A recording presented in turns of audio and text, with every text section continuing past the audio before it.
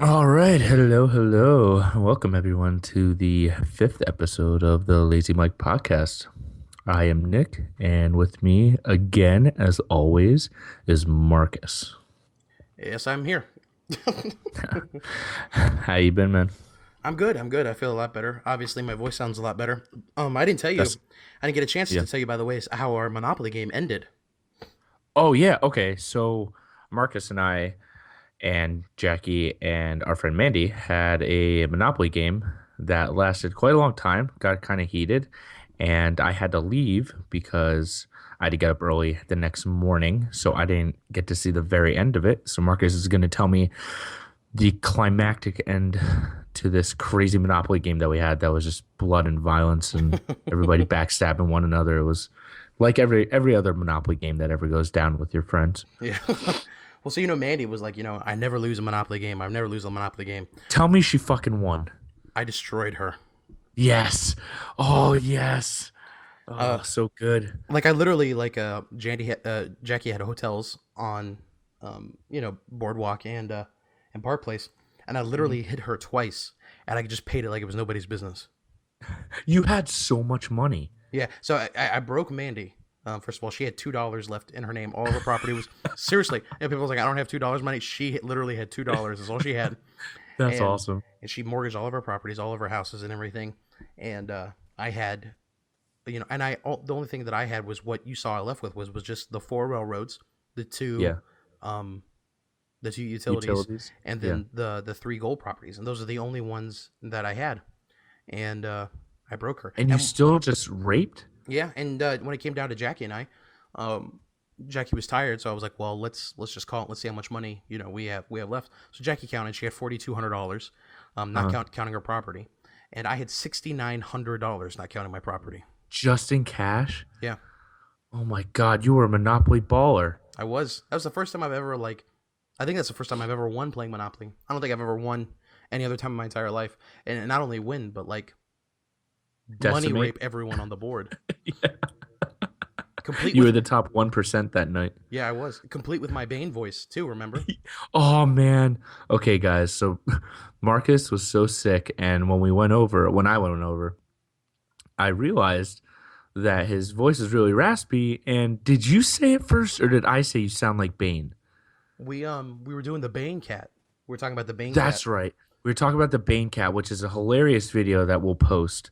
Marcus sent it to me, and it's literally a guy just dresses his cat up like Bane, and it's absolutely hilarious. And the cat talks like Bane. Obviously, it's voiced over by the guy that's doing the video, but it is hilarious. I It don't like is. cat videos a lot. I don't like cat things on the internet, but this one is good. This is It a is. good one. It's pure magical entertainment. I thought it was extremely funny, and I was doing a line from it, but with my damaged voice, literally, and I'm sure people was like, I do an amazing Bane impression. I literally sounded like Bane, no question. It sounded You in. did. Oh, it was perfect.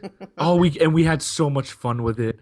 Oh man, everything Marcus said for the rest of the night was in his Bane voice, and it was oh my God, it was perfect. Yeah, it made our game of Trouble and Monopoly just that much Yeah. more epic. What was it? The Bane train when And you the when you Bane. got the railroads for the Monopoly. Yeah. Welcome to the Bane train. Yeah, I tried it the next day. The next day it was gone too. It was like Damn, it was just that one magical night. it That was. And I'm so glad I was there to enjoy it with you. Oh, it was so good. Yeah, but I figure you'd be happy because Maddie totally strangled you in that game. I think you'd be happy to know that She I did. dominated her. She did. She's like the one guy in Monopoly that doesn't um that gets the last property you need to get a monopoly. So she just had one.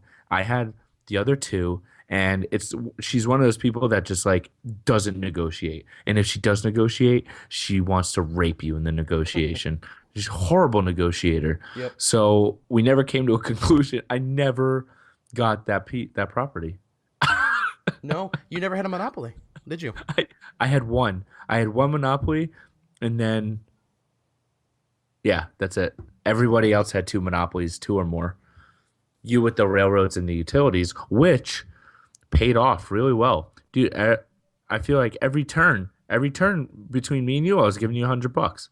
Yeah, and then 200. Every time I pass go, I Hmm. gave you $100 and I kept $100. And man, and of course we should mention too, we were playing like house rules too. So, and if anybody doesn't know, like the house rule controversy that's going on, Monopoly is, what were they doing? They're thinking about taking like a certain amount of house rules and incorporating them as options into Yeah, the game. so they're having like a poll online. I think they have a Facebook page, and you can post your house rules because apparently they haven't changed the Monopoly rules in about 80 years, which is pretty ridiculous if you think about one single game still being as popular as Monopoly is. 80 years in the making, and they never change the rules. So what they want to do is not necessarily change the rules, but they want to have it so they add additional quote unquote house rules that you can implement in the game if you want to, or you could just go by the regular rules if you don't.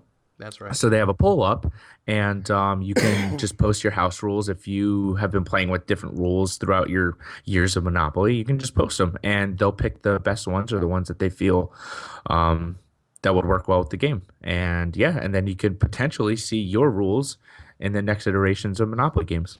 Right. So what did we do? We did the free parking, which like everyone does, and then Yeah, we did the Snake Eyes was $500, right? yeah, I like that one. I Yeah, did. I like that. And then if you land on go, it's $400. that's right. That's right. Yeah.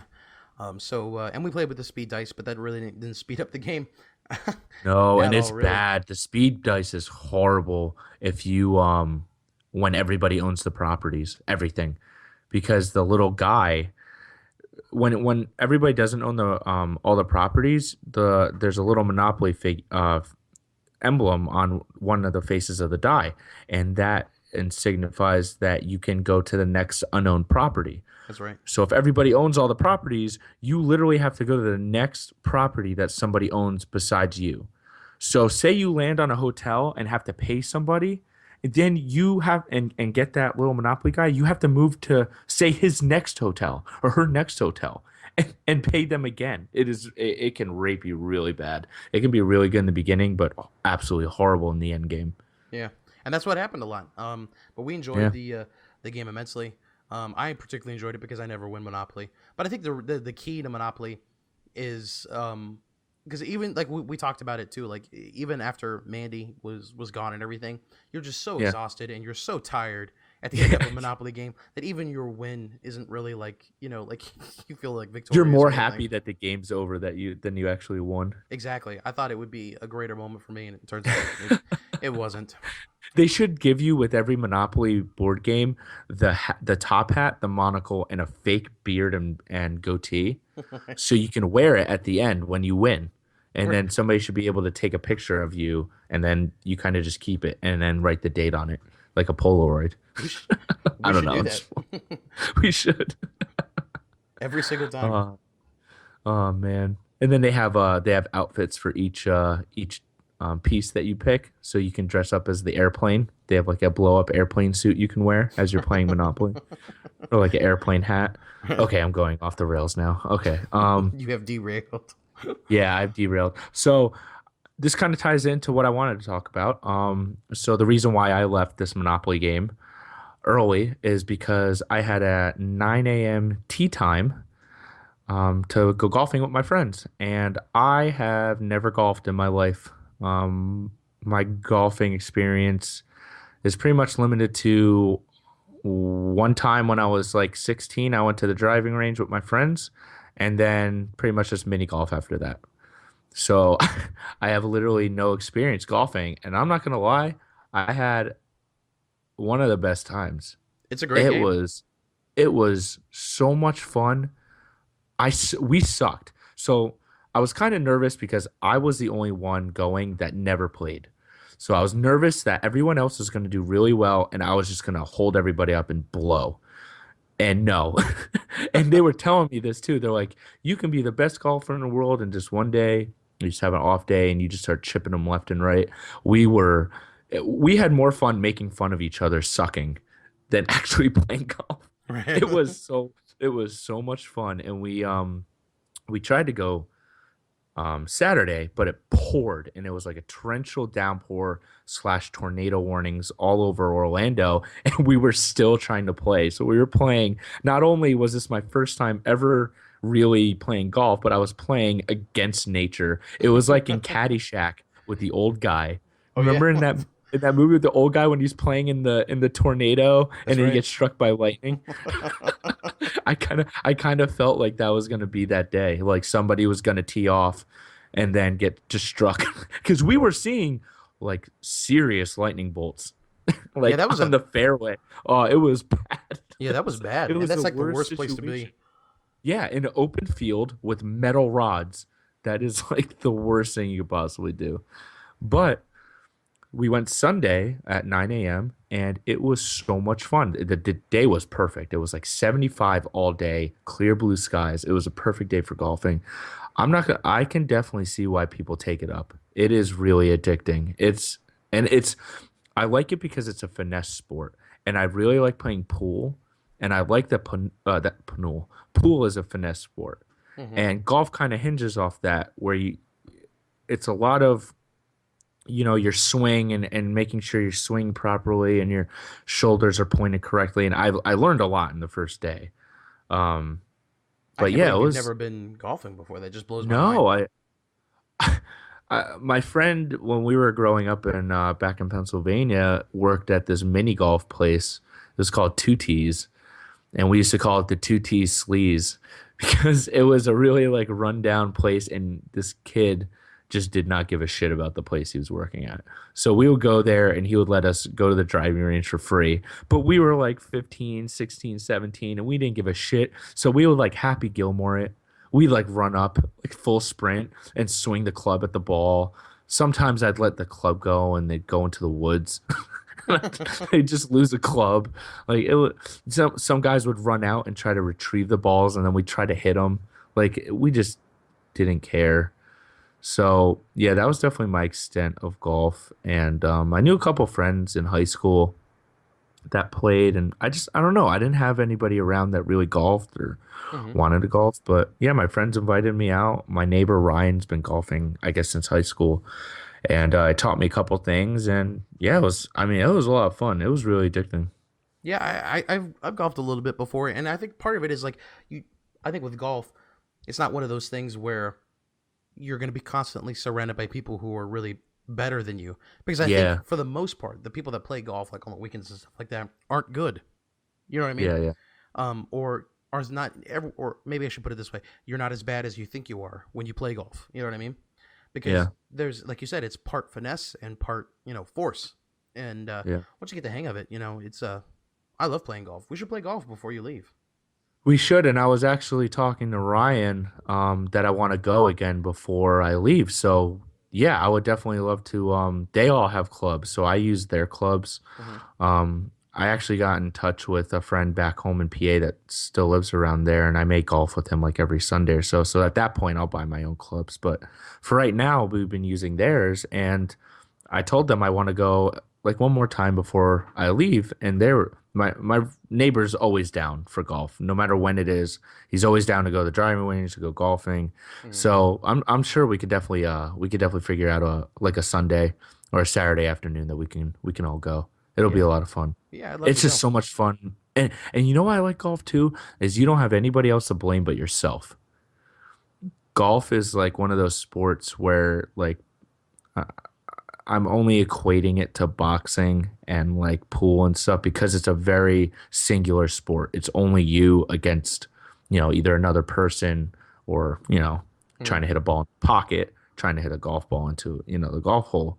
It's only you out there. So you literally have no one else to blame but yourself if you blow, Right. which is, which is kind of weird because a lot of people always like to blame everybody else for their problems and never like to, admit that it's them. But I feel like golf is a very raw sport where like if you just muff it, you can't blame it on anything but but yourself. And It's I true. feel It's like very true. yeah, and I feel like it builds that type of character where you man up and you admit that you suck and you want to get better. And yeah, I don't know, it's pretty cool. I didn't think I'd like it as much as I did, and I definitely enjoyed it. And especially when I'm up north and the summers aren't as hot as they are down here, I feel like I can golf in the summer. Obviously, the winters are garbage, but the summer, because I'll be leaving in May, I think I'll have a couple months where I can golf. So I don't know. It's a good time to do down here too. Yeah, yeah, yeah, yeah. But yeah, so that's pretty much just my golfing experience. Oh, never mind.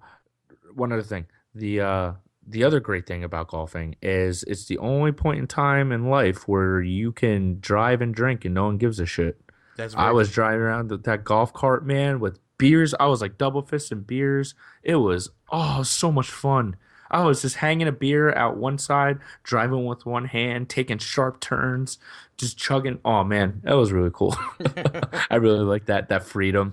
But yeah, it's a leisure. It's like a leisure sport. You know what I mean? Yeah. It's like where Yeah, you yeah. just kind of take your time. You can do whatever. It's And you can do it for the rest of your life. exactly. Which Ryan was telling me, and I was like, yeah, you know what? I was like, I never really thought about that. That golf is a sport you can do pretty much the rest of your life. It's not like football where you have like, 10 years at the most.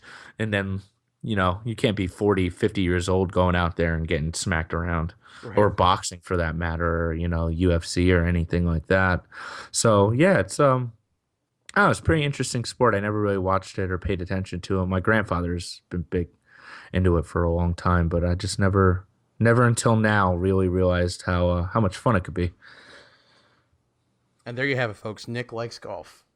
Yeah. Oh, fun and so frustrating at the same time. Like you just get so frustrated at yourself, but Yeah. then you hit that one ball that goes in the direction you want it to, and it makes up for all the other ones that blew that hooked into a house, or hit a bird sitting there. What did Robin Williams say? He's like, that's the reason why they call it a stroke is because when you swing and you miss, you feel like you're gonna fucking die. Yeah. Oh yeah. Oh man, that was a good stand up. Yeah, That was really funny. I like that. What was that? Was that the Carnegie Hall? I think it was. I Yeah, I watched that a long time ago. yeah, That it's was old. a really good commie skit he had though. I Yeah. like that special. But yeah, so that's pretty much it for my golf experience. Where are we at, like view wise, like on the Lazy Mike Oh, podcast? garbage. I think we have like 4 on the last one. Let me take a look. All right, so on our first one, we have 100 views on the money, and then Ooh. on our second one, we have 49 views. Our Ooh. our third one, we have 18 views. We're like cutting in half Oh. each time. I know. It's like Uh, people are slowly yeah, hating us more and more. I'm telling you, you need to put in the tags, big boobs, you know, teen Dude, girls. I put dick tattoos in the first Lazy Mike podcast video. Just That's put what got 100 views. just put it in the next one, even if we don't. There, we talked about dick tattoos. There, it's There you go, legitimately in dick there. tat. All right, all right. There's a no. You know what? Last one, I put in all of the tags for like Doctor Doom, Malaysian Flight and stuff, and I thought that was gonna. Those tags were really gonna help. Yeah. I guess not. Well, the last one we have 6 views. I know. No one cares anymore. No I one feel, well, cares. fuck it. This isn't for them. Yeah. This is for us. I'm not doing it for. I'm not doing it for the listeners. So if you're listening, go fuck yourself. I'm just kidding. Yeah. I'm just kidding. please Please stick. listen. Please stick around and listen to us. No, this is for us. But yeah, 100 views on the first one. That was pretty awesome. Yeah, that was definitely an accident. Oh yeah, that was definitely a fluke. Yeah. Or people just give us a shot and they're like, this is bullshit. And I'll never listen to it again. Yeah, 100 people gave us a shot, then 49, then 18, and then that 18 viewers are like, all right, they can't suck 4 in a row. To suck for 4 in a row has got to be pretty big, and then And then we did. six of them, six of them gave us a shot for the fourth one, and now we're probably gonna have about, if trends keep on going, about 2 to 3. I'm gonna say for this one. Here's what I'm gonna prophesize this on our next one. I'm gonna guess on this one that we're gonna have at least 55. And I swear I'm not gonna go in. I'm not gonna like hit refresh a bunch of times. I'm gonna Wow. bet we have at least 55 on this one. Okay, that's big money. Mm-hmm. That's just I feel it. You 50, feel it in your gut. This is good. 55. Fit, fit. Prove me wrong. Prove me wrong, ladies and gentlemen. Watch it twice. Yeah, watch it twice and prove me wrong by listening to me say this. Yeah, yeah. All right. So what's topics? Do you have a couple topics you wanna talk about? I do. This is more of just like a like something I just noticed when I was watching Willy Wonka. That's what I was telling you about earlier.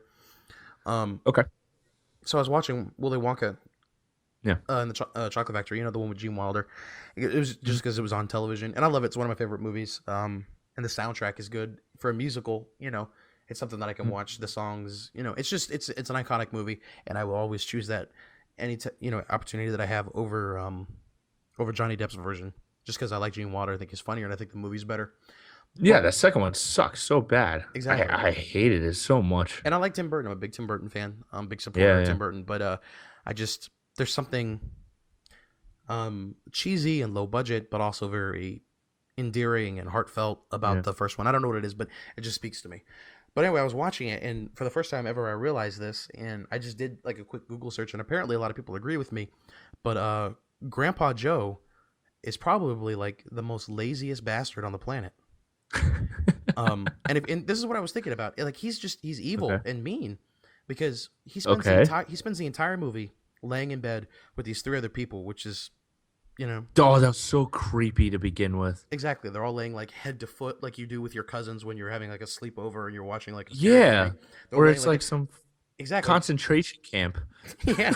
But that's how they live. Like it's not like a Yeah, yeah. sleepover. That's how they live. And in fact, you even see like piss buckets underneath the bed, which I never I didn't. noticed before.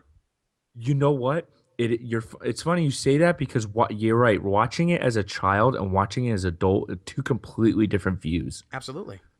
And I noticed So like go on. when he's upside down and he's like singing to Charlie, he's Uh, upside down, he's hanging over the bed. His head is like right next to a big like piss pot, and oh, and I'm just thinking like, oh yeah. oh, it's disgusting. But here's what I want to talk about. The reason why he's lazy and evil. He says in the beginning of his song, you know, when Charlie comes home and he shows him he's got the golden ticket, he says that he's been in bed for 20 years and that he can't work. And that he feels bad about taking Charlie's money to spend it on chewing tobacco. But the minute that Charlie comes home with a golden ticket that could possibly mean, you know, his free lunch is forever guaranteed, that lazy bastard jumps right out of bed and sings and dances. Now, You're why right. why couldn't he work? Why couldn't he contribute? His daughter is literally making like all I see her doing in the movie Soup. is she makes soup and laundry. That's all she does the entire movie. Yeah, Soup and that's all she laundry and does. sings a song to Charlie when he's sad. That's all she Yeah. does the entire movie. And he lets her work like a slave. But when Charlie comes home, oh, my golden ticket's here, up and singing, dancing around, running around the room, singing a song because his free ticket is Huh. there. So he's a lazy bastard. And it never occurred to me. Apparently, it's occurred to a lot of people because is Grandpa Joe lazy? And then like a million stuff came up. So I did not know that very many people felt this way, but I'm glad that they do because now I feel this way. So that's what I just wanted to say about Willy Wonka. But you had an interesting fact about Willy Wonka that you sent to me. Yeah, I had really interesting, and I didn't. I mean, I love Gene Wilder as a actor. I love him in all Blazing Saddles movie. All the oh my God, I just drew a blank. I love him in everything. Mel Brooks, all the Mel Brooks movies. Right. I love him in, and I always saw he's a phenomenal actor. And I read this thing online. Who knows if it's real, if it's true or not? But if it is, it just goes to show what a wonderful actor and how much of an insight he has into the characters he's trying to portray. It says right here that Wilder was initially hesitant, but finally accepted the role of Willy Wonka under one condition. And this is a quote apparently from him. When I make my first entrance, I'd like to come out of the door carrying a cane and then walk toward the crowd with a limp. After the crowd sees Willy Wonka as a cripple, they all whisper to themselves and then become quiet, deathly quiet. As I walk toward them, my cane sinks into one of the cobblestones I'm walking on and stand straight up by itself. But I keep on walking until I realize that I no longer have my cane. I start to fall forward, and just before I hit the ground, I do a beautiful forward somersault and bounce back up to a great applause. When Stewart asked why, Wilder replied, and this is absolutely brilliant. He replied, because from that point on, no one will know if I'm lying or telling the truth. It's So awesome. something so simple, but really resonates through the rest of the movie on what type of person Willy Wonka is. Exactly. It, And it I think that's something that when he says that, it's obviously something that you don't think about um what's the word I'm looking for? Like it happens to you subconsciously. You know what I'm saying? yeah, yeah, it's a very subconscious thing, Yeah. And I think the fact that for the rest of the movie, he I'm trying to think back to him as a character in the movie. He's very ex excited to show these children, his place, but when something horrible happens to them, he's completely fine with it. And Right. that is a really weird, that was always very strange to me. He never showed any concern for the children's well-being while inside the Wonka factory. And I wonder if the reason why he wanted to portray Willy Wonka as, not knowing if he's lying or telling the truth, if these kids were actually coming to his factory to win something, or if he was just trying to gloat or trying to, it was just really weird. I never really understood why he was just always very, never showed really any emotion, Hmm. except for at the very end when he yelled at Charlie that he got nothing. And then when obviously he goes, "That's the answer, my boy," and then shows him everything Yeah, well, that's what I thought. I thought the whole thing was the idea was to get those kids, and then was basically to weed out the ones that would to be weed out. worthy of Yeah, running I his guess, chocolate yeah. factory. But I also heard that Roald Dahl also, with the kids, like an element that was left out of the book was when these kids disappear, they're Mm. dead. That was left out You of the know what? movie. Yeah, I didn't. Did they in the second Willy Wonka have them as adults? I don't know. I don't know if they did or Did not, they? but I thought I read I thought somewhere said like in the book when the like when They Augustus died. Gloop goes to the fudge factory, like he dies, Yeah, he's burned. yeah, but you don't hear anything Hmm. about them for when they're gone. They're gone. Yeah, and also I thought the kids represented sins, like the seven deadly Oh, they sins, did. Oh, like absolutely, they did. gluttony Yeah, and greed and yeah, laziness, and yeah, yeah. you know Absolutely. that's what I thought. But it's a good movie. Watch Willy Wonka and the Chocolate Factory, folks. If you haven't watched it, watch it again. Watch it as an adult, and you'll have a completely different perspective on the movie. The part though that creeped me out as a child and is burned into my skull for the rest of my life is when they're on the boat. Oh well, yeah, That that scarred everyone emotionally. I know that was Yeah, the scariest. That was just horrifying, it was absolutely basically like horrifying. a student film slash acid trip going down a I didn't river. understand that. I didn't understand what that part of the movie had to do with it. Like I Anything? don't understand. I don't think it had to do Yeah, with anything. I know. I really don't understand why the writer put that in the movie. I, I don't know. I I really I think that was just in there just to be trippy because part of it is the whole movie is kind of like trippy, or it feels like it wants to be trippy a little bit, but it kind of pulls itself back. Yeah. And from what I understand too, when Willy Wonka and the Chocolate Factory came out, it was not a hit. It was not a success. It was a box office bomb. Really. Yeah, it was only until like video came out and it started being played on television that it kind of had like a second life. It's funny how a lot of you hear that about a lot of older movies that you just assume were huge hits because they're huge hits now, and Yeah. then you go and look it up and realize that they did horribly in the box office, which makes me think in 20 years what shitty ass movie like is Twilight going to be like world renowned in like 20 years? Because I hated it. God, I Am hope I not. gonna like see it when I'm 60 and everybody's gonna be praising it? Yep, that's I exactly. hope not, but that's very scary. That's a very scary thought to have. Yeah. Don't put that stuff in my head. I'm try to think of other really horrible movies in the last like 5 years. Really horrible ones. Um, Because I don't know. They got it's well. That's the thing. Though. Willy Wonka and the Chocolate Factory wasn't a horrible movie. It just didn't make money. So I'm trying to think of a movie that did make money. Um. yeah, I can't think of any right off the top of my head. Yeah. They're like glaring at me that didn't make any money. But I don't know. yeah, that's really interesting though about Willy Wonka and Gene Wilder's role as him. Yeah. I Did you really want to what? go ahead? What were you gonna say? No, I really want to figure out what that tunnel scene meant for the story.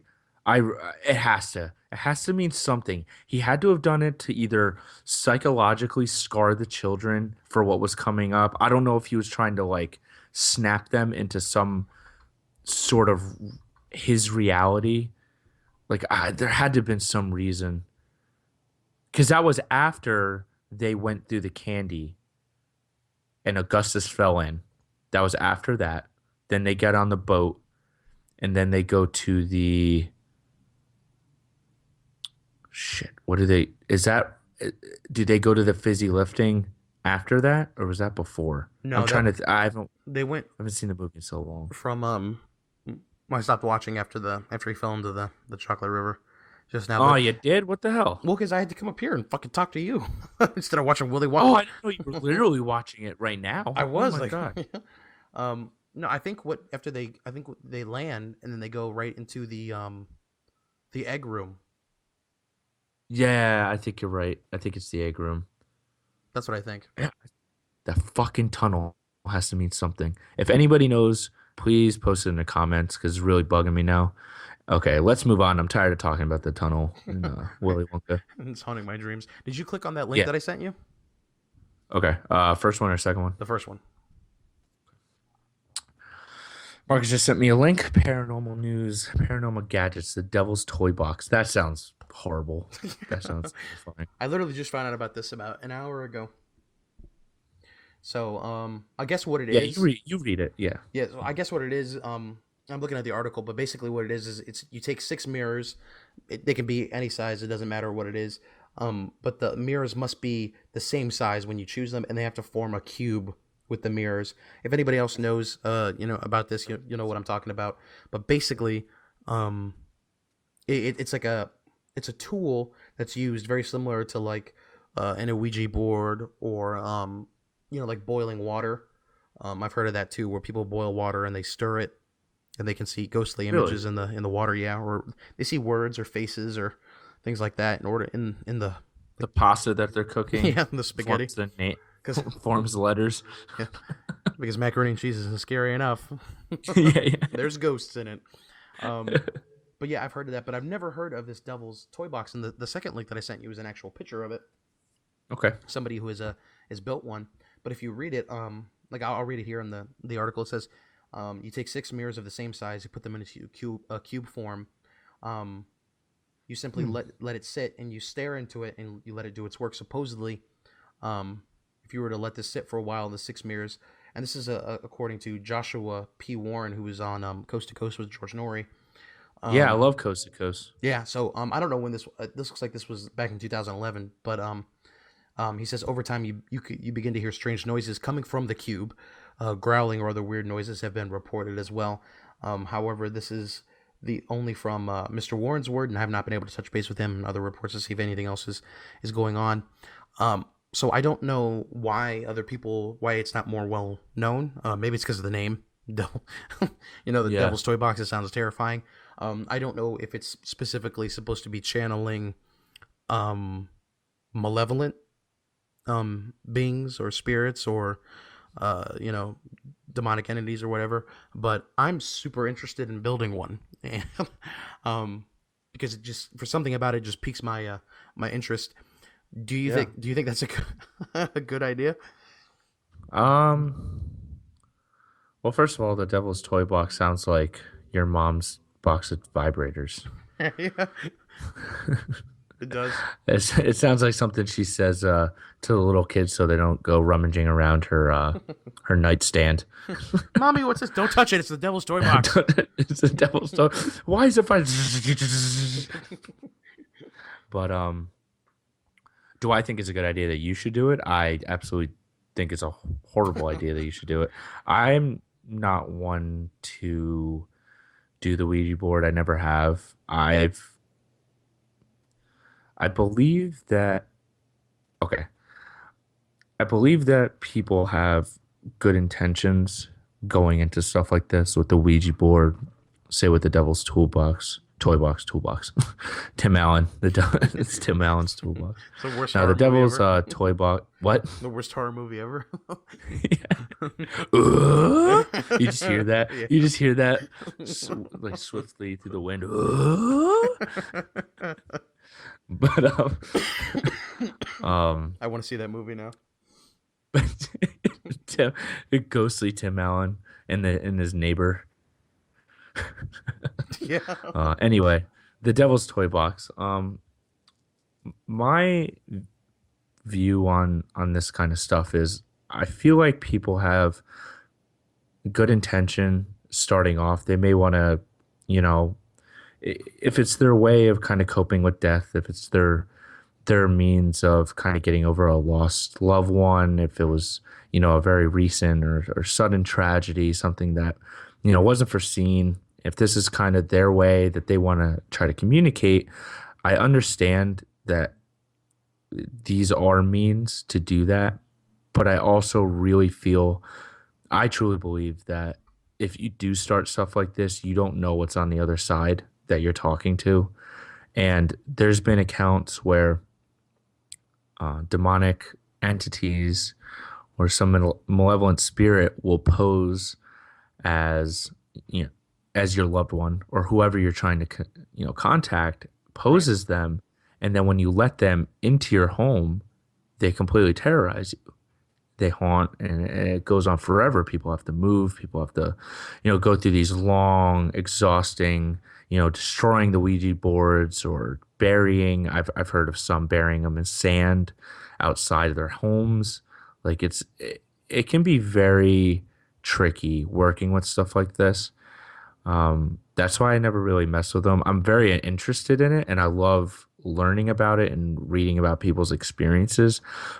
But a lot of times I hear or read experiences where people have contacted something that they didn't want to, and that alone just scares the shit out of me.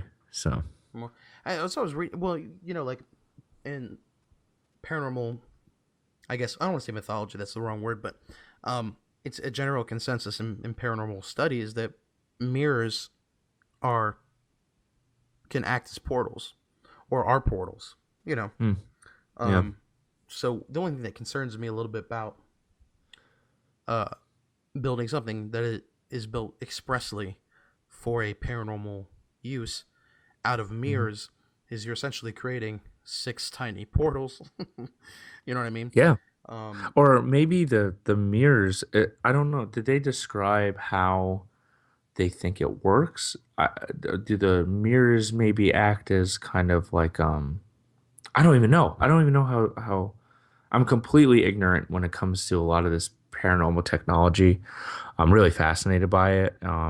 Some people are right now the latest tech is some people are using the Kinect from the Xbox mhm. and projecting the dots in the household or wherever they're at, and they can pick up signatures through the Kinect. And a guy actually made, and it was on Ghost Adventures.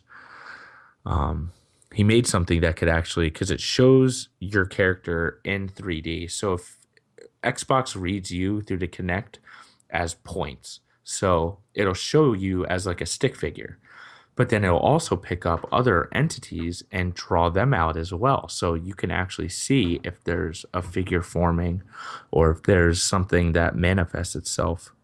You can see it visually with points, Right. and it's pretty crazy, and it's really creepy. It's kind of, I wouldn't say it's cutting edge because I saw it about 6 months ago, so I'm sure there's something new out now. But when I saw it looked really awesome, and yeah, it's pretty crazy. Well, I mean, I was just reading. There's two schools of thought about the Devil's Toy Box. Is that one? It's a Okay. trap. It's a trap to Okay. trap entities or spirits, which is why you would Hmm. want to do that is beyond me. And the Yeah. second one is that because it's mirrors, it's portal. But if you're looking at it, where I tend to look at things on a more of like quantifiable scientific way. So if you're Yeah. looking at an optical reflection, right, or refraction or whatever, Hmm. there's always going to be signal loss. And by signal loss, I mean what we're made of, or lights, which are photons. So there's always going to be a loss of photons in a particle form when you're looking at a mirror. You know, just like when, Yeah. if you think about a DVD that's been copied, and then that copy's been copied, and that copy's been copied, Yeah. you eventually get more loss. So there's going to be a loss of energy, loss of photons with that many Hmm. mirrors. It's like it's the law of thermodynamics. Do you know anything about thermodynamics? No. Oh yeah, I mean I read it before I go to bed every night. I have a big book at my bedside. Why the fuck would you ask me that? Of course I don't. I don't know how much you read. I read a lot about like the science of this. Um, No, and I absolutely don't. And I just like to get scared and you're like watch ghost stories. So this is thermodynamics. where That sounds Marcus and I are spooky. completely different. Yeah. Well, I just the science of it really interests me. That I think that Hmm. one day, maybe not sometime in the future, the immediate future, but I think one day will death or the afterlife will be quantifiable. We'll be able to measure it. You know what I mean? Proof. Hmm. Just because I think it will eventually happen because there's too many people who are interested in figuring out that will eventually figure it When you out. say quantified death, and what do you mean? Uh, Quantifiable, or to quantify something means to break it down into a series of measurements that you can read, basically. So you're trying to break down how somebody dies? Well, no, but I mean, we'll be able to have proof that there is an afterlife through science, Mm, not through okay. mysticism, not through some fat psychic Yeah. who's her hair smells like cat pee, telling me that Yeah. there's my cousin, my cousin's brother on my dad's side is trying to talk to me. We'll have quantifiable Yeah. proof that when you're dead, this is what happens. Your Yeah. energy becomes this, and this is where it goes. That's what I think. Um, so with mirrors, I don't understand how that would work because a normal energy exchange in thermodynamics doesn't work that same way. Assuming that the rules are the same for humans as they would be Mm, for anything that's paranormal. So I don't think it okay. would. So just based on science, I Well, don't think it would do anything. if this devil's toy box is, like you say, a trap, do you think people can use it to trap spirits that they don't want in their homes? Say they're haunted already. Mm-hmm. Could they potentially build this to trap the entity into this box and then We weaken it. either weaken it or remove it physically from their home? Well, if you take what I just said about photons and thermodynamics, if Yeah. you are able to lure something that's energy, which a ghost or spirit or entity technically would be energy, just like we all are, but if you're able to distill it into its purest form into the box, technically by having its image or its energy repeated over and over again, just like that signal loss that occurs, that's what would happen. So technically, I guess it could So do you weaken think then whatever it is that inside of it. the way people could potentially see entities, or say they hear voices, because a lot of times you'll pick up EVPs that you don't hear with your own ears because it's so low on the decibels level that the human ear doesn't pick it up. Do you think that this box is actually an amplifier? So instead of it diminishing, it actually multiplies each time it hits a mirror. So say that you see an image and this energy is trying to emit itself, and then it goes from one mirror to the next and actually uses it as an amplifier instead, like you would use a magnifying glass to burn an ant. If it You know what I'm was, saying? yeah, if it was not as energy as we know it, it wouldn't work. Because I know what Yeah. you're thinking. Like if you take like a laser and you shine a laser into like a mirror, Yeah. it's gonna put the exact same mirror image behind you if you Yeah. shine Yeah. like a laser thing into it. But photons, which is the laser, like a laser pointer is made of that too. But photons in a particle form wouldn't do that.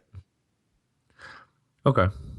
You're like, okay, No, I get that, but then some other people are talking about hearing voices and stuff. So you're right. not So talking about photons at that point. You're yeah, talking you're talking about about audible things. wavelengths. Yeah. So, but I mean, everything is energy. So Yeah. I don't see how you would hear voices, and I'm skeptical of it. But I just there's a lot of Yeah. things that maybe it does work or maybe it doesn't work. Yeah. Yeah. This is definitely, I mean, pretty interesting. Yeah, I just found out Uh, about like I said about an hour ago, so I haven't done too much research into it. But I have read about people using mirrors to um to bring things forward or to send things back. And then I read um this guy, his name's Drew. Uh, shit, I can't remember his name. I can't remember his last name. But I read his study into to mirrors and the paranormal. He wrote like a 15-page like essay about it, and he went to like MIT, um, hmm and it was just really interesting. Where he talked about, like I said, like thermodynamics and things like that. Which is like I said, the stuff that I'm interested in. But I don't know. Maybe I'll build it. Maybe I won't. If I if you don't hear from me, Yeah, yeah. then You it got worked. sucked into the box. Yeah, and come and free me. I look in it, it's just your face. Your face.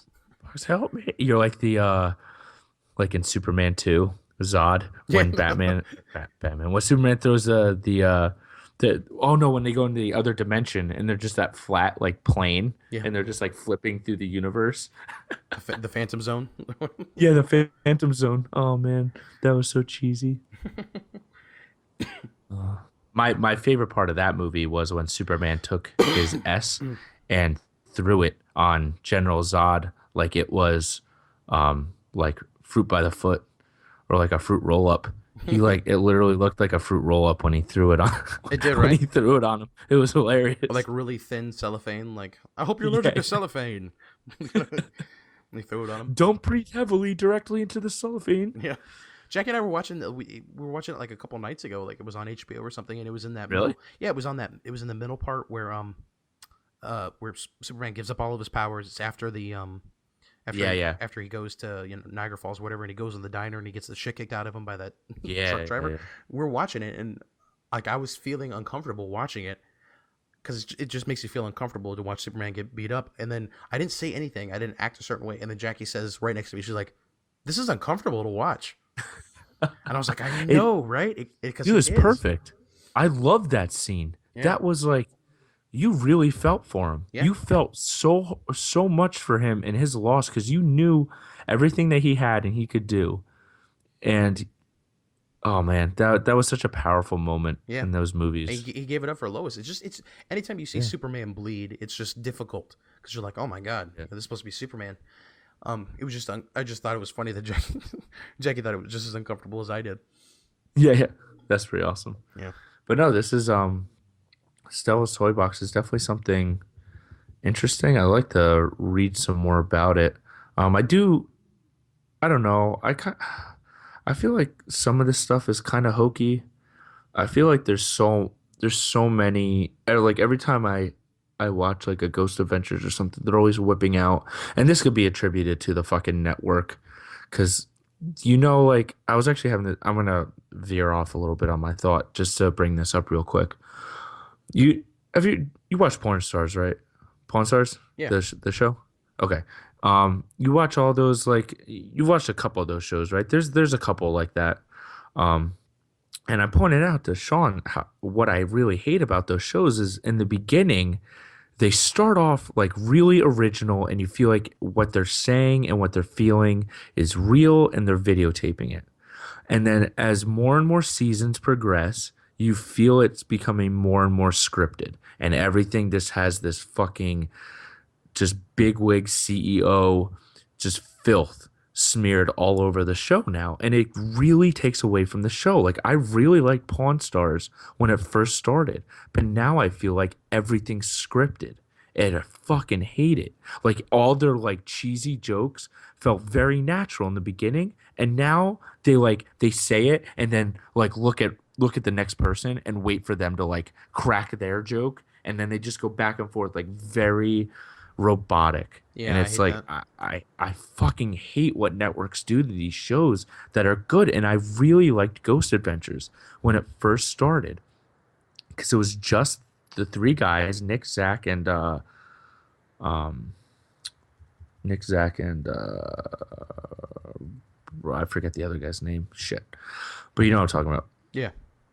And it just felt very natural, and the like first 3 or 4 seasons were awesome. And I always like those shows. I think you don't like them, right? Like you hate those shows. Yeah, I don't like the shows like where they, where they Yeah, show up I and like those it's shows. all in Oh, like I it's love all them. in fake night vision. I No, hate it's not. it isn't fake night vision. You know how I know You're it's in in fake fake night vision. it's in fake night vision because in night vision you don't have a shadow.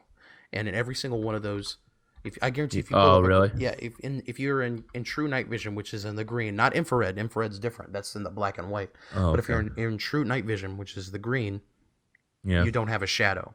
And in every single one of those, you can see shadows all over the place. And that shouldn't happen. Well, You're fake night vision. God damn it! Can I just have this one thing? Not next No, time you but watch it, you're gonna be watching like, fuck, he's right. There's fucking shadows fucking everywhere. there. It's fucking broad daylight.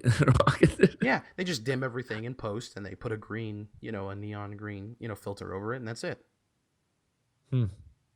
Okay, well, I'm never so mind then. sorry. I'm I really liked it. Okay, what I really like more about those shows and what I always have liked about those shows and a lot of like the Bigfoot and Loch Ness monster shows and like all those hunting shows where I know they're not going to find anything. I like just literally just listening to the history. I like listening to the history of the places that they go to. Like the first like 5 minutes of the Ghost Adventure shows, I love because it's all about where they're going, why it's haunted. They may not find anything or maybe fake, just like Loch Ness. They're never gonna find anything. They're gonna say like they're gonna find like three like footages or some noise, and then at the end they're gonna be like, "Well, you decide." That's how every Bigfoot and every Loch Ness show has ever ended. You decide. Like they never have any concrete evidence, but I don't care about that. I really like the history behind it. I like the lore. I love the stories behind all these things, and I think that's what hooks me on these shows more than the actual evidence that they find. It's just I really like learning about the history of these places. Yeah, and that's cool. The history about him and everything is cool. I just don't like you said, it feels scripted. And I stopped watching Pawn Stars after I found out how they do every episode. Like, do you know how like every episode is set Yeah, up for Pawn apparently they're Stars? not there. Exactly. Like, Like well, what did you hear? I'll tell you what I heard. I heard that they're never there unless they're shooting. Okay, well, here's what I heard: that they are there occasionally, when they're Okay. shooting and everything. But really, Uh, this is how it works. Some guy walks in the shop. He's looking around. He's like, "Hey, you guys filming Palm Stars? I love that show. Yeah, that's great. Hey, listen." And then the History Channel or A&E or whatever, they give uh, them an object. And they're like, "This is the object we have. Do you want to be on television?" no. And they're like, "Yeah, all you got to do is just say that this is your story. That it was your grandma's or whatever." And they'll appraise it for you and they'll do all that stuff and they'll make you an offer or just go with it. And that's how it happens. And No. many people have reported this because it is an actual pawn shop and they do actually have customers and people do watch the filming and they say that that happens all the time. Like they'll show up with 10 items in one day and they'll just grab people and they'll have them sign a waiver to be on television and they'll say this is Oh, it. that And sucks. So that completely ruined the show for me. I'm sorry. I That feel like ruined I it. I feel like I do that a lot for you. I feel like I You ruin a have. lot of You've things for ruined me. you ruined at least two good shows of now. Thanks. I need new friends. I'm sorry. I need friends to just go along with me and just enjoy my stuff and never question. Just blindly follow me in my likes and dislikes. I will next time. I won't mention any. No, I won't pop any bubbles for you. I promise. no. This is why I like. This is why I like our relationship. You always break down the things I love. You always make me not love the things that I love. Yeah, yeah. So what'd you think of Walking Dead last night? Oh, dude. Okay, good. I'm glad we got this to talk about too. Um, I thought I knew. Um, okay, I knew something was gonna happen with Rick, and I knew that they were gonna find Rick at some point. I didn't know that it was gonna be in the dead of night, and they were gonna. Oh yeah, okay. Spoiler alert: if you didn't watch Walking Dead, you can shut this off right now if you don't want to get spoiled. We're gonna talk about the very last episode Yeah, of season what 4? yeah, Is it 4 yeah. now? This is the fourth season. Yeah, yeah. So if you don't want to hear So any spoilers or anything, we've already got your view, so you can turn it off now. yeah, we don't fucking need you for anything else. So, um, I knew Daryl was gonna and his group was gonna find Rick and them. I knew that was gonna happen because I knew that Daryl was finally gonna reunite with Rick. I thought it was gonna be at what's the place called? Terminus. Terminus. I thought that they were all gonna meet up at Terminus, and that they were gonna have that showdown at Terminus. I didn't think it was gonna be in the middle of the night with the big guy trying to fucking rape Carl. I know, Like right? Oh my god. that was that was like really raw. Like that 4 5 minutes of that show fucking made up for how slow the rest of the half of the season was. Because that last half of the season, the it was kind of slow because there's everybody trying to find everybody else, and there was some drama. There's a couple of things here and there, but it wasn't really like last season where it built up to the big jail fight with the tanks and the governor and all that shit. Or was Right. that? Well, that was the last. That was the last That half. was. See, I fucking. I hate that they do this shit now. And they do it with every show now. Every good show, they'll break up the seasons. Like, I don't understand why they don't fucking have the one full season and then do the next full season. I don't understand why they need to have half season finales because then it fucks with me. But anyway, You're so mad so about the that. I know it really I don't know, it really upsets me. I feel like it's just a way to snag more viewers. You already have a huge cult following. Why do you need to play it up anymore? But anyway, um the first half ending was huge with the governor and the tank and the jail and everything. Um I knew that they weren't going to be able to resolve Terminus or whatever the fuck it's called in one episode. I knew that it was going to be a lot more to that place, so I figured it was going to spill over to the next episode, next season. Um, I didn't know that the guy was going to try to rape Carl, and I sure as hell didn't know that Rick was going to fucking rip a jugular out, which was amazing. I know that That was 5 minutes was the best part of this whole season, this yeah. back half of the season. When that happened, my mouth was literally open, and I was just like, "That's fucking raw." Like that. It's perfect. Yeah, It's that's so where you have perfect reached a point where you literally will do anything at that point. for your And it, child, yeah, for yeah, your and his, child. yeah, and his son, was facing being raped. So, but it's not something that would even occurred to me to do. Would be to Yeah, me rip either. someone's fucking neck out with my teeth. Um, And you know what? I was watching a very little bit of The Talking Dead afterwards, and they said that it actually connected really well with what they're dealing with right now with walkers. Rick biting his throat and them dealing with zombies eating people. yeah, Like Rick kind of at that point kind of turned into a walker, and he dealt with it for so long. He knows how they how they act, how they react, how they attack people. So he's had experience with the walkers and stuff, maybe instinctively because he's been dealing it with it for so long that was his instinct. And that's why we didn't think about doing that because we're not living in that. He is. yeah, that's true. I never thought about that. Like Either way, it was that fucking was badass. oh and then when he went over to the fat guy and just shoved that knife in him and just started ripping it up and the fat guy just died the slowest death. I know, right? I fucking loved it. Oh man, I loved it. Yeah, it was a good episode. It was I rewatched it again today actually. What Just because the when they showed up at Terminus, there was just so much going on. yeah. And you were caught up in the story that I had to Oh, watch and it that fucking again. that fucking like ritualistic room that they had with the candles and stuff. Yeah, Like that place definitely I knew it was too good to be true. I knew it was just because I was like, there's no way that it's going to be perfect because they need some conflict. There's hmm got to be something because I know that this series isn't going to end next season. I know it's going to keep going. So there has to be big conflict. Either they get attacked, either that place is good and they get attacked, or that place is really fucked up in some way or another, really messed up and they have to leave. I didn't, I, and we still don't know really what it's all about. well, We here's saw that room. What's your theory on it? I think they're cannibals. Okay, yeah, because you saw those bones and stuff, right? Yeah, and there's a couple things that I thought about like when I watched it the second time. Okay. Um, like here's one of the things that I didn't pick up when I first watched it. When they take Uh-huh. off and they're running, and the Uh-huh. snipers and everything are shooting at them, I thought the snipers were just missing, but the snipers. No, no. Yeah, they were steering them. Yeah, I didn't pick that up when I was first watching it. Okay. Yeah, I picked that up. So one that would make sense. If they were cannibals, if they shot them then and killed them then, that's meat that they would have to eat and cook right then. So it's just like you don't kill a cow until you need to. You know what I mean? Yeah. Oh, you're right, and that would make sense at the end when they hoarded them onto that train. Exactly. And then another thing Oh, I is didn't think. is when they show up, and they talk and they're like, "Why do you let people in?" And they say, "The more people we let in, the stronger we get."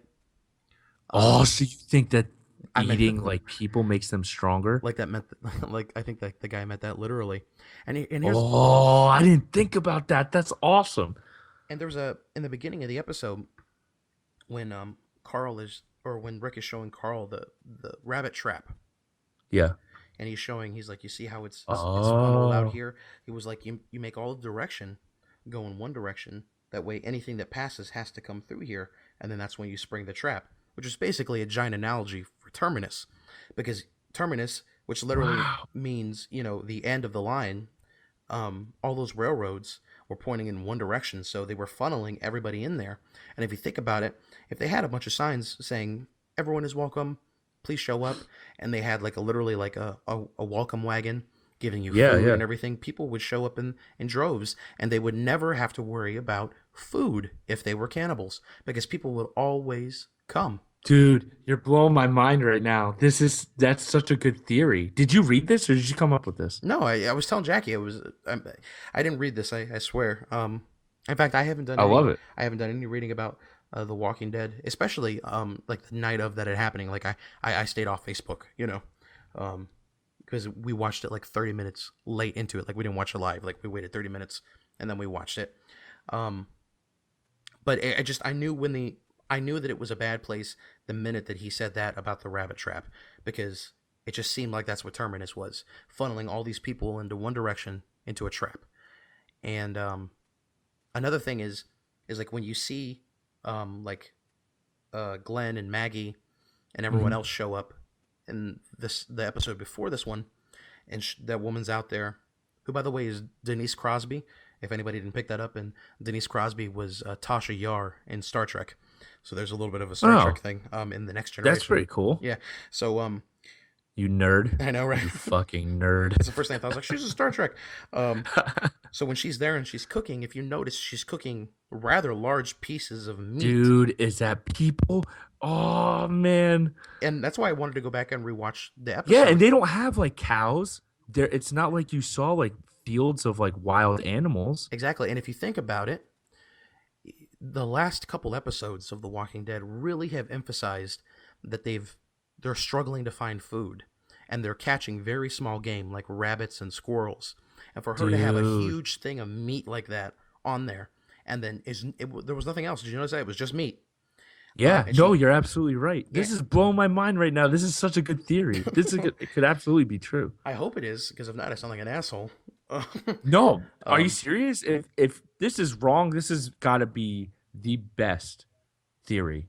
If it's wrong, well, the part of the other one was too is like you notice when they come when they're walking out and they're talking about why do you let people in, and they're talking and all that shit, and hmm. she's there again and she hands them another plate. She's grilling another huge thing of meat, Oh and man. and she hands them the plate, and you look at the plate, and the plate is just nothing but like various looking meat. um but you saw like the giant fence, right, and nothing Yeah. but the red Well, yeah, skeletons and in the center of yeah, it. when they took the corner and went into that room with all the candles, right before that there was a cage with a dead person's body. It Well, was just mangled and you saw a rib cage and just ripped apart flesh. we'll go back and watch it again, because it's not just one; it's hundreds, Really? hundreds of skeletons, hundreds of them. Dude, that's it. You got it. Yeah, You're and right. they're red. And Jackie was saying, well, maybe those were walkers, and they burned them. Well, if they were walkers and they were burned, their bones would be different colors. What that looks Yeah. like is that looks like us like slaughterhouse bones, when you strip the meat and the muscle from a bone and you just throw it away. Oh my God, dude. Dude, that's it. You heard it here, guys. You heard it here. Marcus is making a very bold and what seems to be a very well educated guess as to what Terminus actually is. They're actually cannibals. Well, that's it would make sense, and I think that would be very scary. Yeah. You know what I mean? To deal with cannibals. No, it'd be horrifying. Yeah, That would be absolutely horrifying. because not only will these people kill you, but they'll eat you. They're basically intelligent walkers at that point. Yeah. You know what I mean? Yeah, you're right. I felt like when we were watching the episode, there was a lot of hidden stuff that was going on, a lot of subconscious stuff. That's why I wanted to watch it Watching again. it again, yeah, I can definitely tell watching again you could pick up on that stuff because I didn't pick up nearly on all that.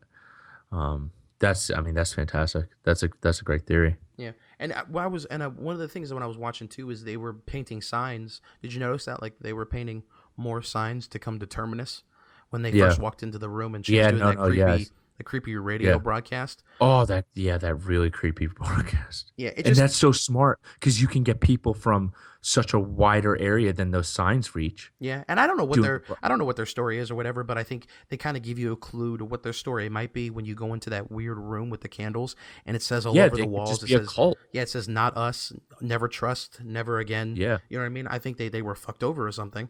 Yeah. Obviously they lost a lot of people, and they decided people make hard decisions and hard choices in that type of Yeah. a world, and I think that these people, their choice was to become cannibals, and that's terrifying. But I hope that's the direction they go. If not, like I said, I sound like an asshole. But No, if um, not, then I was completely fooled because I'm buying this hook, line, and sinker right now. you know, I really am. I'm But after we're I done, think I'm gonna Google this and see if in fact I'm gonna do it right now and see if okay. if that's another if people agree with me, if they think Terminus. Okay, so I just put in Terminus right in Google, and Yeah. one, two, three, four down it says Terminus cannibals, There you go. and Apparently it's trending right now. yeah, and that's what it says. A TV guide says, "Are the people of Terminus cannibals?" There it is. So there you go. Marcus made his theory. Um, I think that's a great way to end the podcast, blowing my mind and hopefully the listeners' minds who have been sticking by and watching The Walking Dead.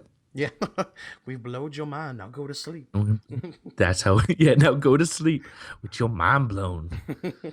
But yeah, for I think we're good for today. I think we're good too. My voice is starting to go still. Cool. All right. Well, from us at the Lazy Mike Podcast, I'm Nick. And I'm Marcus. And thanks for listening, guys. Take it easy.